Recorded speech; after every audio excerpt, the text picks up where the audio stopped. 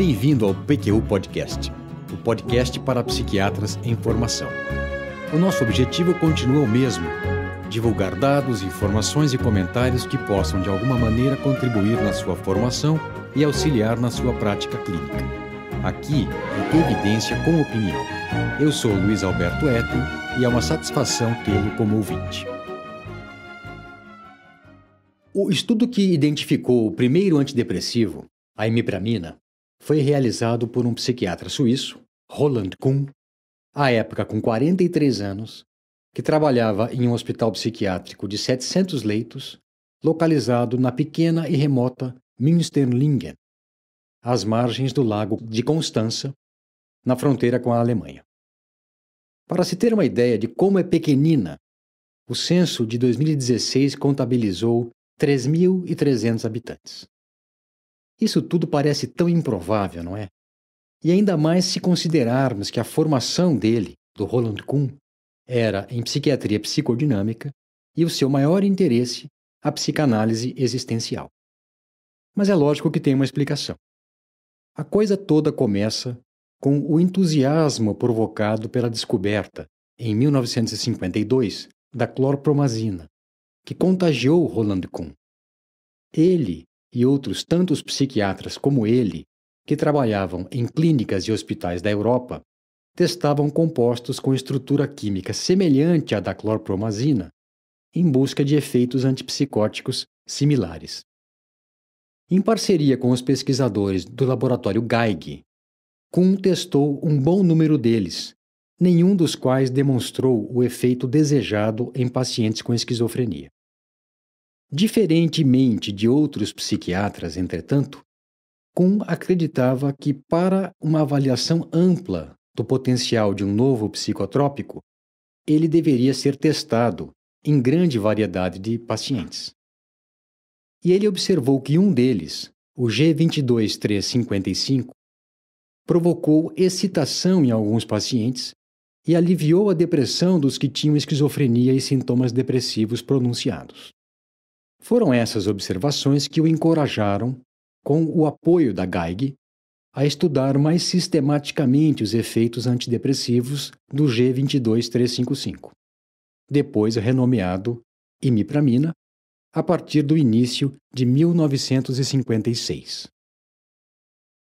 Antes de continuar, eu gostaria de lembrá-lo de que o PQU Podcast é uma iniciativa nossa, do Vinícius e minha, feita com recursos próprios e sem qualquer tipo de patrocínio, o que nos garante liberdade de pauta e de opinião. No episódio de hoje, vou transcrever e comentar os trechos que considero mais importantes do artigo original de Roland Kuhn, publicado em alemão em agosto de 1957, no Zweirätische Medizinische Wochenschrift, ou, em bom português, o Semanário Médico Suíço, que até hoje, desde 1871, está em circulação. A partir do ano 2000 com o nome Swiss Medical Weekly. Essa referência, como também as das demais fontes que utilizei, estão no nosso site www.pqpodcast.com.br.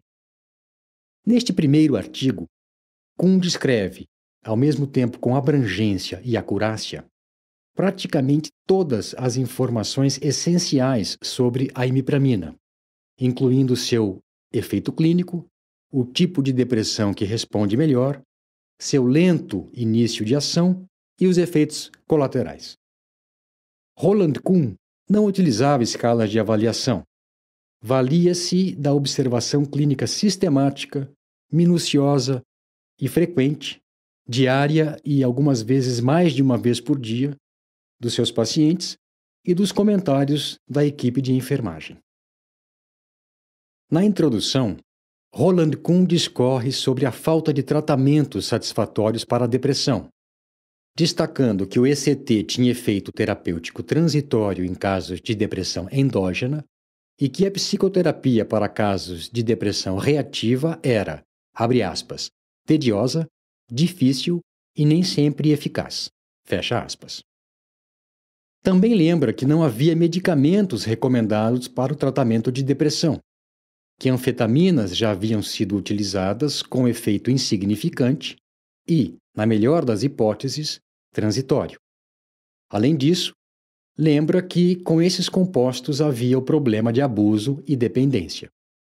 Conclui dizendo que, abre aspas, sendo assim, aguardar até que a depressão ceda espontaneamente é, em muitos casos, a única opção.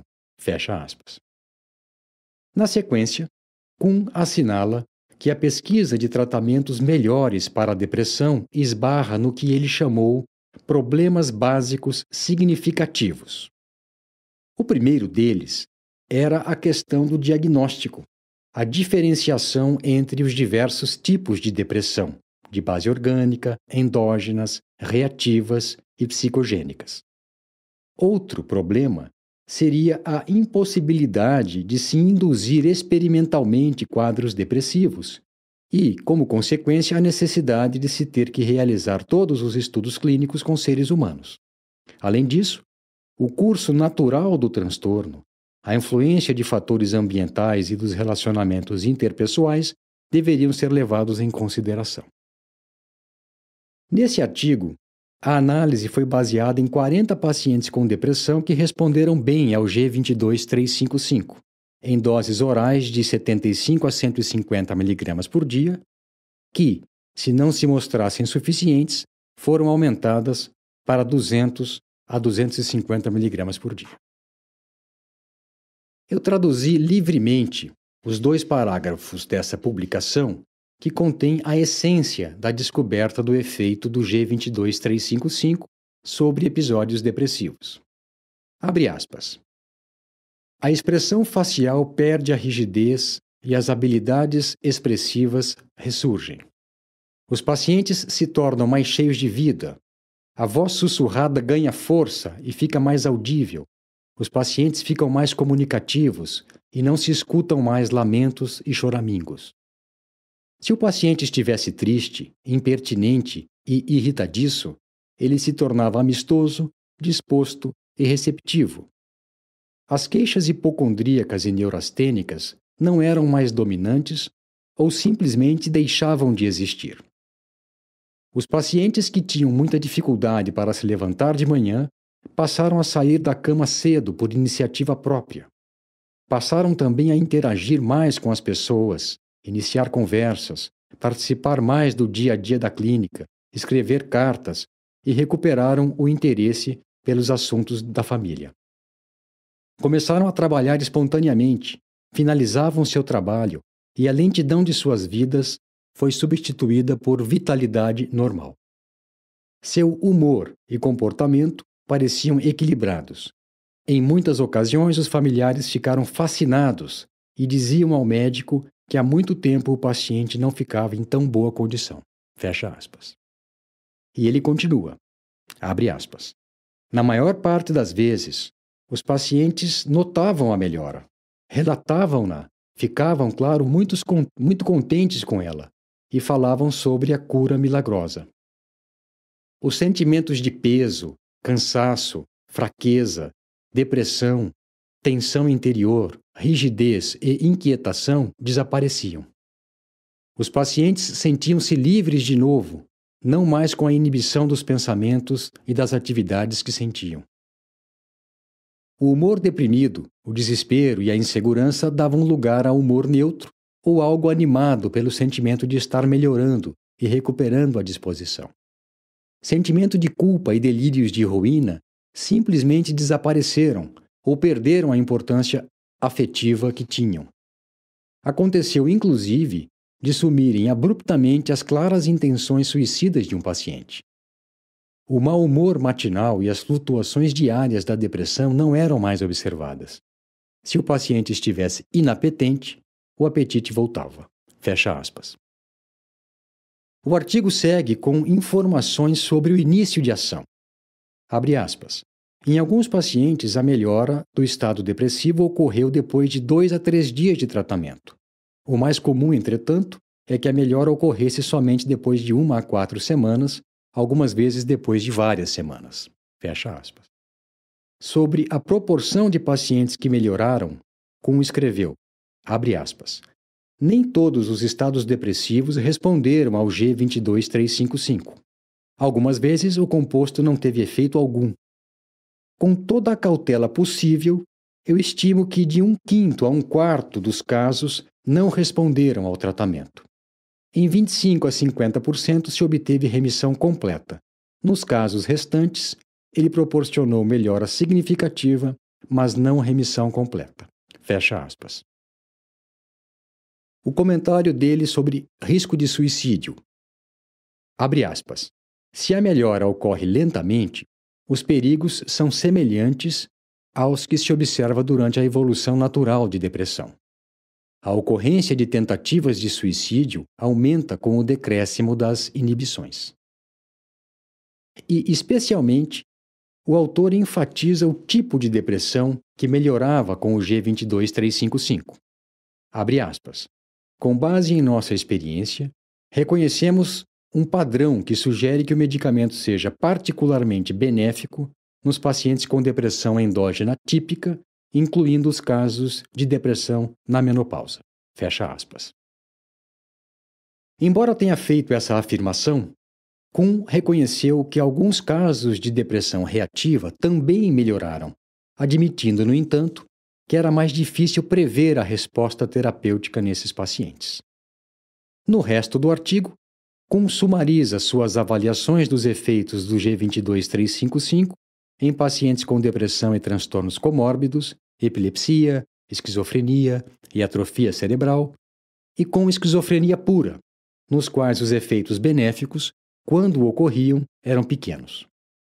E, por fim, ele descreve os efeitos colaterais do G22355, incluindo os anticolinérgicos, os resultados de exames oftalmológicos sem sinais de dano ocular e de hemogramas que só revelaram discreta eosinofilia.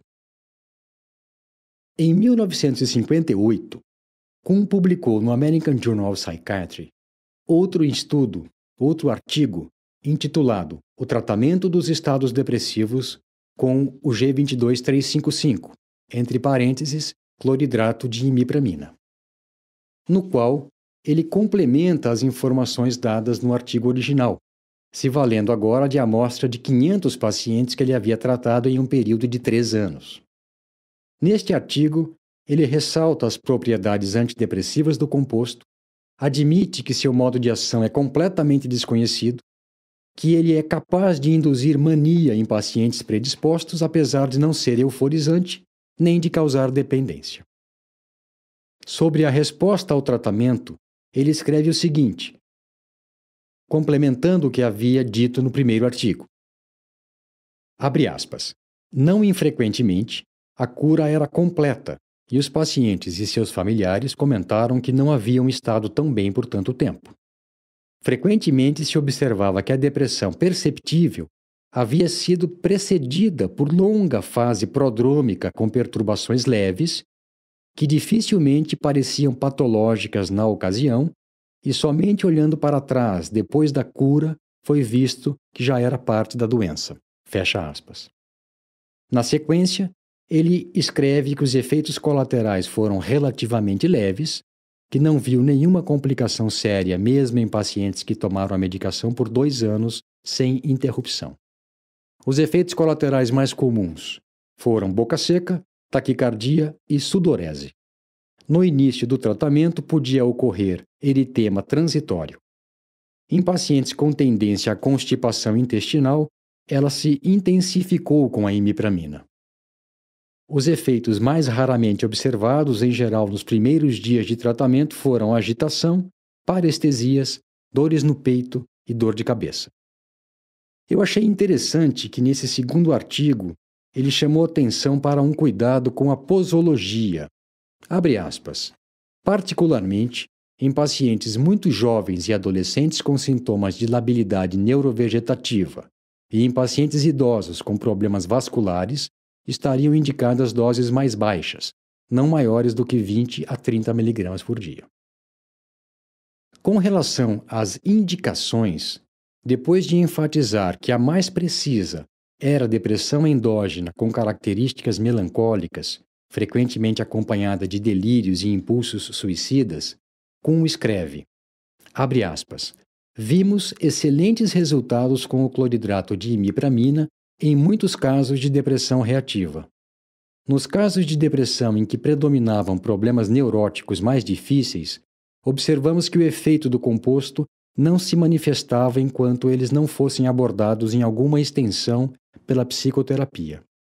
Testemunhamos melhora considerável do aproveitamento do tratamento psicoterápico com o cloridrato de imipramina. Fecha aspas. Também é de se destacar uma última observação do Kuhn, não por isso menos importante. Abre aspas. Ao longo dos tratamentos que realizamos até o momento, não observamos sinal algum de interferência do composto nos padrões éticos e morais dos pacientes. Fecha aspas. Pelos padrões de hoje, o estudo de Kuhn é extraordinariamente imperfeito. Não há grupo controle, nem avaliação por escalas padronizadas, nem análise estatística, e, exceto por hemogramas, não foram feitos exames complementares.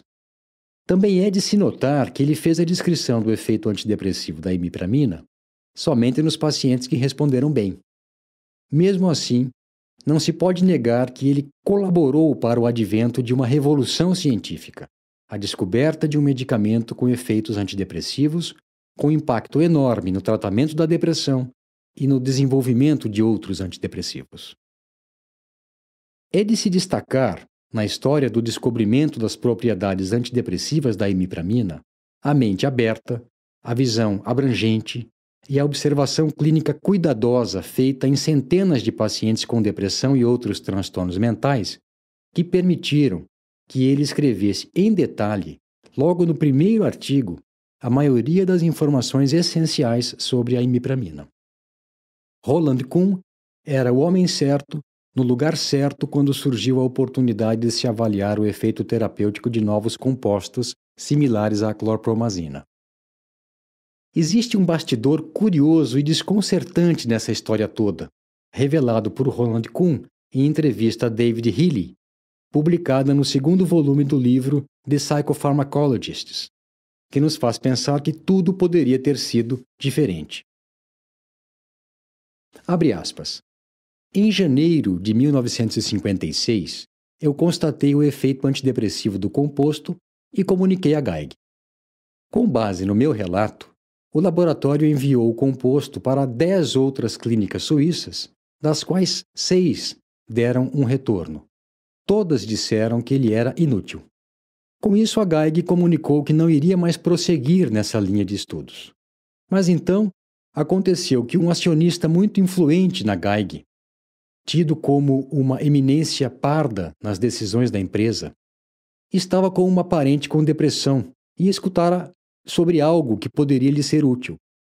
Levou então o composto no bolso para Genebra e deu para a parente dele.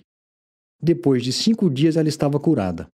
Aí ele voltou para a Basileia e disse, Kuhn está certo, é um antidepressivo. E então a Geig lançou a preparação, inicialmente somente na Suíça e somente para clínicas psiquiátricas. A partir daí, sua eficácia foi confirmada em vários centros e o seu uso difundido. Fecha aspas. Não é à toa, caro ouvinte, que Kuhn encerra o capítulo dele no livro Discoveries in Biological Psychiatry com uma citação de Goethe. Abre aspas. A descoberta necessita sorte, inventividade e intelecto. Nenhum deles pode prescindir do outro. Fecha aspas. É evidente que os métodos atuais de pesquisa têm vantagens, mas ao custo de se deixar passar mudanças clínicas significativas e até inesperadas. A pesquisa exploratória, nos moldes em que foi feita por Kuhn e outros de seu tempo, certamente ainda tem valor. Em parte, e guardadas as devidas proporções, é a que está por trás de achados como o do efeito terapêutico da doxiciclina na doença de Parkinson, da losartana em transtornos de ansiedade e do tramadol em depressão. E assim, com essas considerações que espero estimulem a sua reflexão, encerro este episódio. Um abraço e até a próxima. Opiniões, dúvidas, questionamentos? Participe do nosso grupo no Facebook. Lá há espaço para discussões conosco e com outros ouvintes. Assine o feed do podcast. Se você está no iTunes ou em qualquer plataforma de podcasts, basta clicar em assinar e receberá automaticamente nossos novos episódios em seu aplicativo. Visite nosso site www.pqpodcast.com.br. Lá você terá acesso a todos os episódios que já foram ao ar, com as referências citadas em cada um deles, organizados por data, por autor e por sessão. O PQU Podcast agradece a sua atenção.